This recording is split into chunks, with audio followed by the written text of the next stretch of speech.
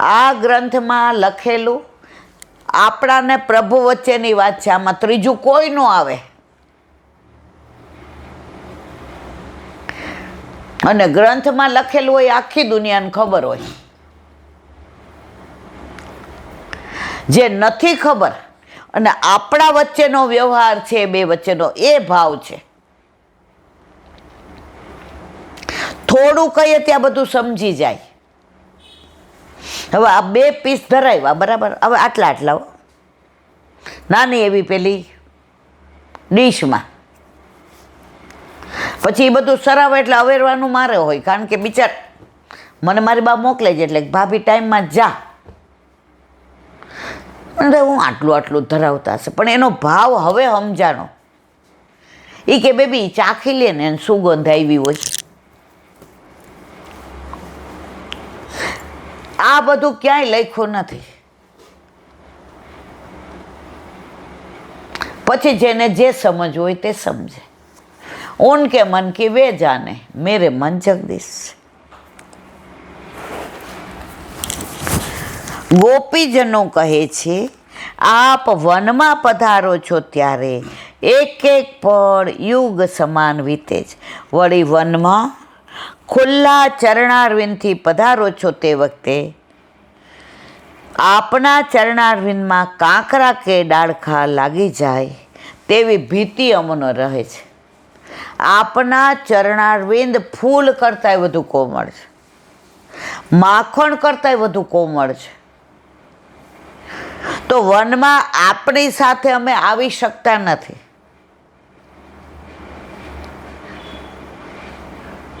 અમે ઘરે રહીએ છીએ, આપ વનમાં પધારો છે તો મનમાં ડર લાગે છે, ક્યાં કાંટા ને કાંકરા ને ઝાંખરા ને વનમાં વાગી જશે તો. પ્રભુના તત્સુખનો વિચાર. દૂરદર્શન અને દૂરશ્રવણ દુનિયાએ હમણાં ગોઈતું. ઠાકોરજીએ તો 5,500 વર્ષ પહેલાં ગોપીઓને દૂરશ્રવણ અને દૂરદર્શન આપ્યું હતું. ઠાકોરજી વનમાં અને ગોપીઓ ઘરે નવરી થઈને ઓલા ઓટલે આવી જાય અને ઠાકોરજીની લીલાની જ વાતો કરે. તો વનમાં જે ઠાકોરજી લીલા કરે એ દર્શન ગોપીને થાય. આ દૂરદર્શન અને વેણુનાથ ત્યાંથી સંભળાય, આ દૂરશ્રવણ.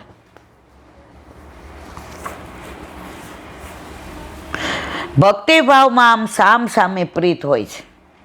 વનમાંથી જ્યારે પ્રભુ વ્રજમાં પધારે છે ત્યારે ગોપીઓ સામે ચાલી ખીરકમાં મળવા જાય ત્યારે તેઓ પૂછે છે કે પ્રભુ, વનમાં ક્યાંય આપને ત્રાસ તો નથી પડ્યો ને? જુઓ, હારે ત્યાં તો કાંટા ને કાંકરા લાગે મને આકરા, હું કેમ આવું એકલી. આપણે તો પાછા બાનું કાઢીએ, ગોકુળ આવું છે પણ આ બધી તકલીફ છે. ઠાકોરજી કે કાંઈ વાંધો નહીં, તને ગોકુળ આવવામાં તકલીફ પડે છે, લે વલ્લભે તારા ઘરે જ મને પધરાવી દીધો, વ્રજ સહિત આવ્યો. ઘણા એમ કે બેન વ્રજ સહિત પ્રભુ પધાર્યા તો કેમ તમને ઘડી ઘડી વ્રજમાં જવાનું મન થાય છે? મેં કીધું એ વ્રજ સહિત પધાર્યા તો એ વ્રજ લઈને જ પાછા ત્યાં જઈએ છે. તો વ્રજમાં વ્રજ ભળે તો અનેરો આનંદ આવે ને મારવાલા. કુદીન ગોપીન ઘરમાં વયો જાય, કુદીન યમુનાજીમાં સ્નાન કરે. હવે જેવા શ્રૃંગાર કરીએ ને ભોગ ધરાવીએ એટલે ગાયો ચરાવવા સીધા ગિરાજી ઉપર દોડતા. તો વ્રજ ગમે એ વાંચીએ કે કરીએ, વ્રજ યાદ આવ્યા વિના રે નહીં. અમે તો આપના વિયોગે ગુણગાન કરી સમય વિતાવ્યો.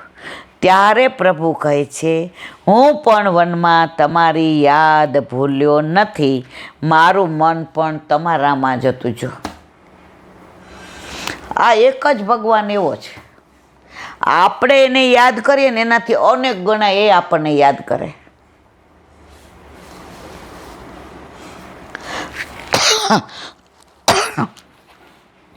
આમ પ્રેમનો ઉમળકો હૃદયમાંથી જ પ્રગટ થાય છે.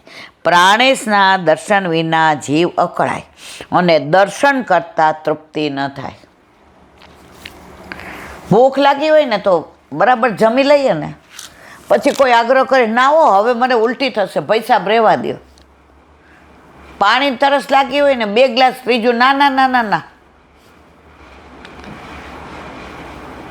આમાં દર્શન કરતાંય તૃપ્ત ન થવાય, ગુણગાન કરતાંય તૃપ્ત ન થવાય, કીર્તન કરતાંય તૃપ્ત ન થવાય. વધુ ઓર હજી વધુ. એ જ્યાં સુધી હજી વધુ છે ને ત્યાં સુધી તમારો પ્રેમ છે સચવાઈ રહ્યો છે. પુષ્ટિમાં ક્યારેય તૃપ્ત થવાતું નથી. પ્રેમેથી જુદા પડવાનો સમય કષ્ટદાયક હોય છે. વિયોગમાં તો મન ત્યાં જ લાગી રહે છે, તન તપતું રહે છે. બોલો વલ્લભા.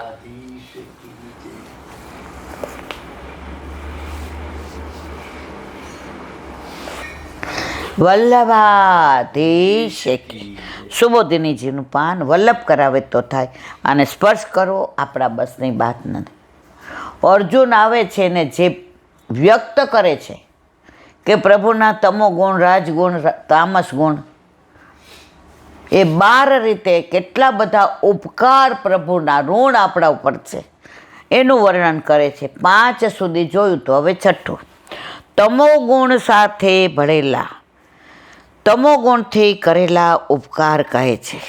તત્રૈવ મેં વિહરતો ભુજદંડ યુગ્મમ ગાંડીબલક્ષણ ભરાતી વધાય દેવા સેન્દ્રાશ્રિતા યદનુભાવિત માજમિત તેના હમ્ય મુસિત પુરુષેણ ભૂમના. અર્થ, અર્જુન કહે છે, હે આજમિત, હું જ્યારે ત્યાં રહેતો હતો ત્યારે પોતાના શત્રુઓનો વધ કરવા માટે દેવતાઓ સહિત ઇન્દ્ર ભગવાનના પ્રભાવવાળા મારા 2 ભુજદંડ અને ગાંડીવ ધનુષ્યનો આશ્રય લીધો હતો. આજે એમને મને માયાથી છેતરા છે, મને છોડીને ગયા. બસ પ્રભુ છોડીને ગયા એનો અર્જુનને જે અફસોસ થાય છે એ સહન નથી કરી શકતા. એનું વારંવાર પ્રભુના ઋણનું, ઉપકારનું અનુસંધાન યુધિષ્ઠિરને કહે છે. સુબોધિનીજી. તત્રે, ત્યાં હું સ્વર્ગમાં હતો ત્યારે મેં ભુજદંડ યુગ્મમ મારા 2 ભુજદંડ બાહુનો આશ્રય દેવોએ કરેલો. આ દેવો ચતુર્ભુજ હતા, કેટલાક એથી પણ વધારે હાથવાળા, અને વળી બીજાનો એથી પણ વધારે હાથવાળા હતા, છતાં મારા હાથોનો આશ્રય લીધો. આશ્રય લેવાનું કારણ ગાંડીવ લક્ષણમ વિશેષણથી કહ્યું છે. ગાંડીવ લક્ષણમ ચિહ્ન્ય યસ્ય, ગાંડીવ ચિહ્ન હતું તેવા મારા ભુજદંડ બંને હાથો આવા ચિહ્નોવાળા હતા. આથી એમ સૂચવ્યું છે કે યુદ્ધમાં ધનુષ્યનો ટંકાર કરવામાં અને તેને સજ્જ કરવામાં અર્જુનના બંને ભુજદંડ સદા રોકાયેલા હતા. પણ આટલાથી કંઈ કાર્ય સિદ્ધ ન થાય. હું ઇન્દ્રનો પુત્ર હોવાથી, બળ વાયુથી પ્રાપ્ત થતું હોવાથી અને ગાંડીવ અગ્નિનું હોવાથી દેવોના શત્રુઓના વધ મારાથી ન થાય, કારણ કે ઇન્દ્ર વગેરે મૂળ દેવતાઓ પણ ત્યાં હાજર હતા. એટલે એમ માની શકાય કે મારા ભુજદંડનો આશ્રય લેવાનું અન્ય કારણ હોવું જોઈએ. આવી શંકાનું નિવારણ યદનુભાવિતન જેમના પ્રભાવવાળા પદથી કર્યું છે. અર્થાત મારા ભુજદંડ ભગવાનના પ્રભાવથી અનુભાવિત હતા, માટે દેવોએ એમનો આશ્રય. મારા ભુજદંડ કોનાથી પ્રભાવિત હતા? પ્રભુના ઓલાથી. એટલે દેવોનો આશ્રય લીધો. જો પ્રભુ ના હોત તો એનો આશ્રય લેત નહીં. અર્જુન કહે છે હું જે કાંઈ પણ છું એ પ્રભુને લીધે. હવે પ્રભુ પધારી ગયા એટલે હું નિસ્તેજ થઈ ગયો, મારું તેજ જડાઈ ગયું. હવે મારું ગાંડીવે કામનું ન રહ્યું. હું આવતો હતો તો ભીલ લોકોએ મને લૂંટી લીધો. કાબે અર્જુન લૂંટ્યો, કારણ કે હવે પ્રભુ સાથે નહોતા. પ્રભુ હતા તો 23 અક્ષરની સેનાને પાડી દીધી. સામે ભીષ્મને, દ્રોણને, કૃપાચાર્યને, કેટલા બધા, જયદ્રથને, ઓ બાપા રે બાપા. આ બાજુ એકલા અર્જુને બધાને, કારણ એનો સારથી કૃષ્ણ હતો. આજમીઠ એટલે અજમીઢના વશમાં ઉત્પન્ન થયેલ યુધિષ્ઠિર. સંબોધન યુધિષ્ઠિરને ગભરાટ ન થાય તે માટે કર્યું છે. અજમીઢની 3 પુરુષો સાથે મુક્તિ થઈ હતી, તેવી રીતે તમારી મુક્તિ પણ થશે, માટે ખેદ કરવો નહીં. તમોગુણ મિશ્રિત તમોગુણથી છેતરામણી કરી છે એવો અભિપ્રાય હોવાથી ઉપકારની સમાપ્તિ અંતર્ગત એના કારણરૂપ ગુણનું નિરૂપણ કર્યું છે. માટે કહે છે તેનો જ મધ્ય તે ભગવાને મને છેતરો છે. હજી અર્જુને એ છે ભગવાન મને છેતરીને વયા ગયા, મને કેમ સાથે ન લઈ ગયા. પ્રભુ ગોલોકધામમાં પધારતા હતા તો ઉદ્ધવજીએ કહ્યું કે હું ભેગો આવો. ઠાકોરજી કે મને એક વાતનો જવાબ દે, તું મારે ભેગો આવ્યો તો? એ કે ના. તો જે ભેગું આવ્યું ને હું એકલો આવ્યો હતો અને એકલો જાઉં છું. પ્રભુ એકલા જાય તો આપણે એકલા જ જવાનું. એકલા જવાના મનવા, એકલા જવાના, સંગી વિના સાથી વિના, એકલા જવાના. ખબર છે છતાંય ભેગું એટલું કરીએ જાણે બધું ભેગું આવવાનું છે. અંત સમયે જ્યારે ઉપર જાશું ને પછી આ પલંગમાંથી નીચે નાખી દેશે, કાં છોવાઈ જાય, કોકને દઈ દેવો પડશે. હાવ નીચે, હર. આ બધું મારું ઘર ને આ બધું મને આમ નીચે નાખી. અત્યારે નીચે બેઠા એટલે છોકરાઓ એ મમ્મી ઉપર બેસો, ઉપર મમ્મી નીચે કેમ બેઠા છો? અને હવે બસ મમ્મી નીચે નાખી દીધી. પાછા 12 વાતો કે પપ્પા જલ્દી કાઢવા પડશો નહીંતર વાસ આવી જાય. બસ વાત પૂરી એમને. અર્જુનને અફસોસ થાય છે કે મને છેતરો પ્રભુએ. એવો અભિપ્રાય હોવાથી ઉપકારની સમાપ્તિ અંતર્ગત જ એના કારણરૂપ ગુણનું નિરૂપણ કર્યું. માટે કહે છે તેનો હમણ તે ભગવાને મને છેતરો છે. છેતરામણીનું કારણ પુરુષ શબ્દથી કહ્યું. એટલે પુરુષ તો બ્રહ્માંડ વિગ્રહ હોવાથી તે સ્વરૂપથી ઘણા જ પરોક્ષપણે મોક્ષ આપવા માટે પણ મને છેતરેલો છે. તેથી તેમાં મોક્ષનું કારણ છે.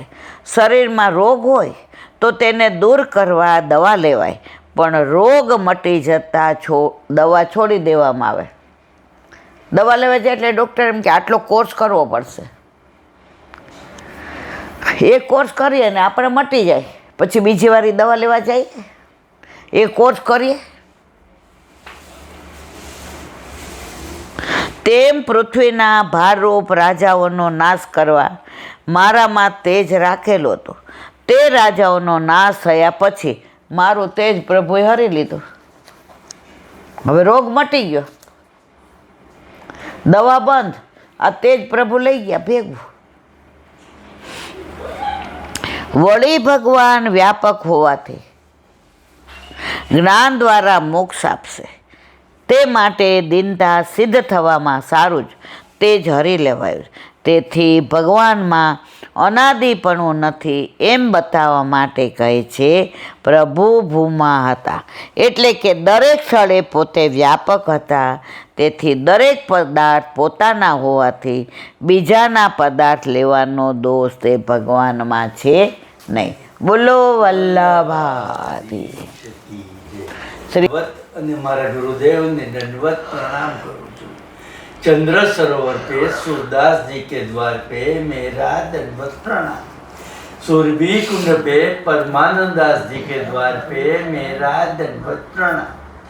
जमुनावता पे शंकरसन कुंड पे कुंभन दास जी के द्वार पे मेरा दंडवत प्रणाम. बिच्छू कुंड पे कृष्णदास जी के द्वार पे मेरा दंडवत प्रणाम. कदम खंडी पे गोविंद स्वामी के द्वार पे मेरा दंडवत प्रणाम. अप्सरा कुंड पे चित्त स्वामी के द्वार पे मेरा दंडवत प्रणाम. मानसी गंगा पे नंददास जी के द्वार पे मेरा दंडवत प्रणाम. रुद्र कुंड पे चत्रबुद्ध दास जी के द्वार पे मेरा दंडवत प्रणाम. વ્રજ વિલાસ વ્રજની ગોપિકાઓને મારા દંડવત પ્રણામ. હે વલ્લભ, સવારથી અત્યાર સુધી સેવા સ્મરણ સત્સંગ જે પણ તે કરાવ્યું તે તારા ચરણારવિંદમાં સમર્પણ કરું છું. ભૂલ અપરાધ થઈ હોય તો ક્ષમા કરશો. બોલો વલ્લભાધીશ કી જય. દ્રઢઈના ચરણ તેરો ભરોસો દ્રઢઈના ચરણ કેરો. શ્રી વલ્લભ ચંદ્ર છટાવીન સબ જુગ માય અંધેરો ભરોસો દ્રઢઈના ચરણ કેરો. साधन और नहीं आ कली में क्या सोय निवेरो. पुर का कहे द्विविध आंधरो बिना मूल को चेरो भरोसो દ્રઢઈના ચરણ દ્રઢઈના ચરણ દ્રઢઈના ચરણ કેરો. શ્રી વલ્લભાધીશ કી. આજનો આ સત્સંગ મારા વલ્લભના ચરણારવિંદમાં સમર્પણ કરું છું. ભૂલ અપરાધ થઈ હોય તો ક્ષમા કરશો. આ મારા વલ્લભની વાણી અને ભૂલો એ મારી. બોલો વલ્લભાધીશ કી. બધાય વૈષ્ણવને જાજા કરીને જય શ્રી કૃષ્ણ.